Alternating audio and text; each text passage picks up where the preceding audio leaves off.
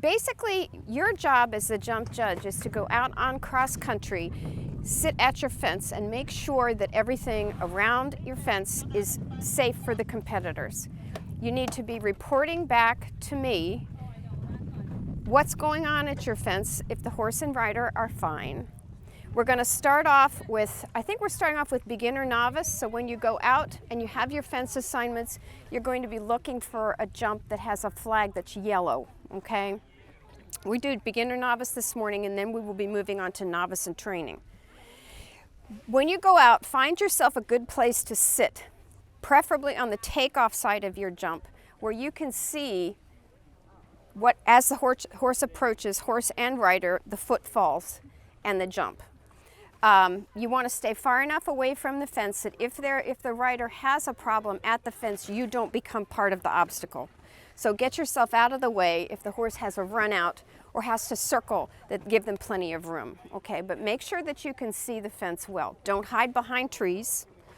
Make yourself visible so that the horse doesn't spook at you. Hopefully, horse and rider will approach your fence, jump your fence, and go on, and everything will be fine. The other things that may happen at your fence, the horse may come up to the fence and stop. It's very simple. Plant all 4 feet, cease forward motion. It's a stop. It's considered a disobedience, and you will mark that on your jump judge sheet. The other thing that may happen, the horse may approach your fence and decide at the last minute that they don't want to jump it and veer off to the right or to the left.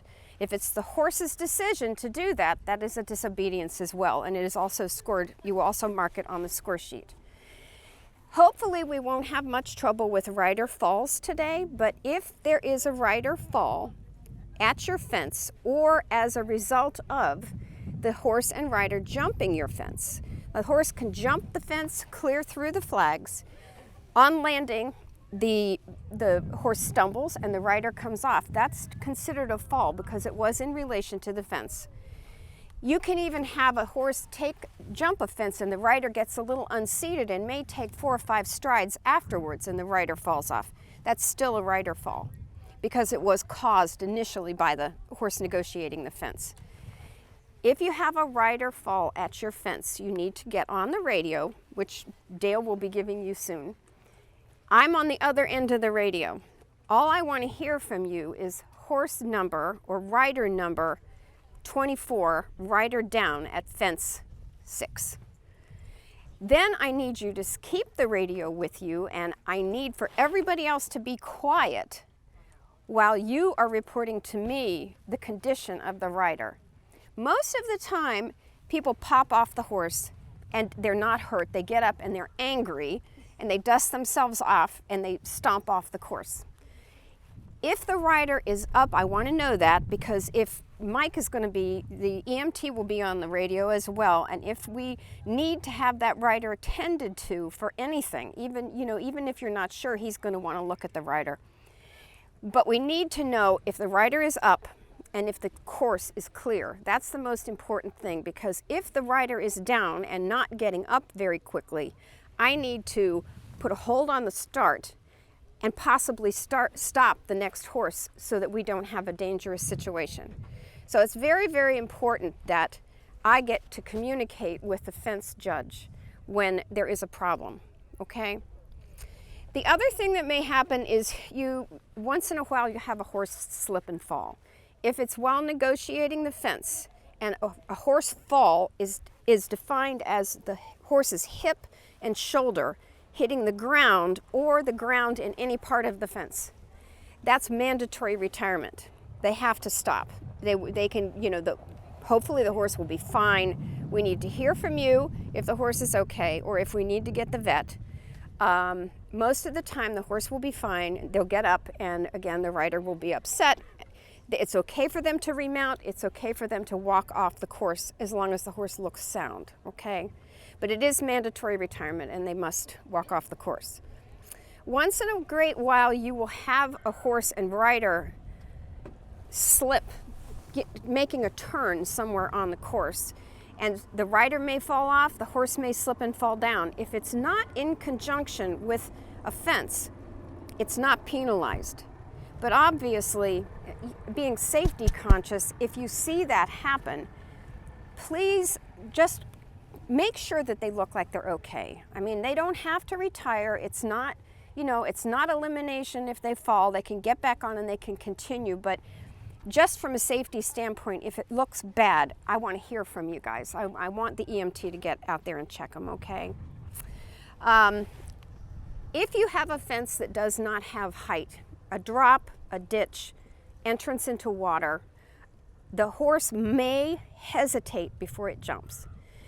Now, when I say hesitate, if the horse goes up and stands still and just stands there long enough for you to think to yourself, geez, I wonder if he stopped. Yeah, that's a stop. If the horse comes up, and you'll see it with the beginner novice a lot, coming up to water, the horse is going like this. The horse can step sideways. They can hesitate and then go, and that's not considered a stop, especially at this level. You want to give them the benefit of the doubt. They're trying really hard. If the horse comes up and stops, and obviously is being naughty and not going forward, okay, one stop. At that point, you have to watch the horse's feet, because the riders a lot of times are up there going whack, whack, whack, and the horse goes, oh, and then goes forward again. If the horse takes one step back with one foot and then goes and stops again, that's a second presentation and a second stop. Same way with the third stop. This is one of the biggest areas that you will have riders argue with you because they don't feel it. So I'm out there. If you have questions, if there's any doubt in your mind whether or not it was a stop, I would say err on the side of the competitor, and I am more than happy to come and talk to you. Anytime that you have an issue at your fence other than just having the horse come in and jump clear, I want you to write it down on the score sheet. You're going to have, I don't have one here, but on your score sheet, across the top of it, it has places for you to mark first refusal or first disobedience, second disobedience, third disobedience, rider fall, horse fall. If anything happens other than a clear jump, write me a little note out here in the comments section, because after you have been out there all day and seen umpteen horses go by, if a competitor comes and questions your call, you're not going to remember exactly what happened. So please, if you need more room, turn the page over, draw a picture on the back, just so that if I have to come back to you later, you'll remember exactly what happened, okay? Let's see. Oh, as far as housekeeping things with the score sheet, don't pre-number your score sheet. You're going to get the score sheet on the top of the sheet. You want to write your name, the sheet number, the division, and your cell phone number, so that if I have to find you later, I don't have to go running all over the place looking for you. Don't write the competitor numbers according to your order of go, because they never come in order. For whatever reason, somebody's not ready to go, somebody else is ready to go. Don't write the number until you see the competitor coming towards you. And if you're listening to the radio, you'll hear which numbers are on course, and it becomes fairly simple. Okay, let's see. Today, because it's an unrecognized event, the organizer has decided that if a horse goes off course, they jump fence 1, they jump fence 2, and they just sort of do a flyby on fence 3 and forget that it's there. Normally, they would be eliminated after they jump fence 4 for leaving out fence 3, and we would pull them off the course. Because it's an unrecognized event, and it's a very competitor-friendly unrecognized event, Carolyn has decided that if they are eliminated for missing a fence, she's going to let them finish the course. So I need to know that they missed your fence. No one is to say anything to them about having missed the fence, and we will let them know after the finish line that they were eliminated for missing a fence. Does that make sense? Okay, abuse. I want to hear from you if you feel that someone is being abusive to the horse. We have no tolerance, zero tolerance for horse abuse. The competitor has a whip, spurs, and a bit to control their animal. The whip is used to get the horse to go forward, and as a punishment. After they have stopped at a fence, the competitor is allowed to hit the horse hard 3 times. It should be either on the haunches, behind the saddle, or just in front of the saddle on the shoulder. Anything up the neck towards the head is not okay, and you're not allowed to take the whip and go overhand and hit the horse on the other side. That's not acceptable either. The spurs are used as an aid to go forward, not as a punishment. I don't want to hear about somebody after they've had a stop punishing the horse with the spurs. That's not acceptable. The bit is never to be used as a punishment, not ever. It is used to guide, to steer, to whoa, whatever. You don't use the bit as a punishment.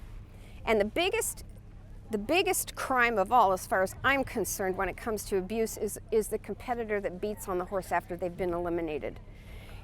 It's not up to you to do anything about it, but you need to get a hold of me and I will track them down.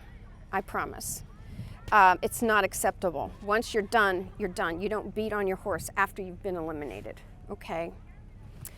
We have dangerous riding. Again, if you feel like somebody is out of control, it's not your job to stop them, but it is your job to let me know that you're worried. I want to know if somebody is, completely out of control running around the course, because we don't want anybody getting hurt. And if I feel that they're not safe, I'll stop them. Or at least I will talk to them at the end of the course, okay? Let's see. Those of you that are going to have A-B combinations, I don't think there are very many of them on the course, and I don't think there are any at beginner novice. But an A-B combination on cross country is judged as one fence. The difference between the A-B on cross country and a combination in show jumping is that on cross country, if you negotiate A successfully and have a stop at B, you do not have to retake A in order to come around and jump B. Sometimes they're situated such that you can't get to B without jumping A again, but you don't have to. And if they do come around and decide to jump A again to get to B, and they have a stop at A the second time, even though they cleared it the first time, it's going to be a second stop at that jump, okay?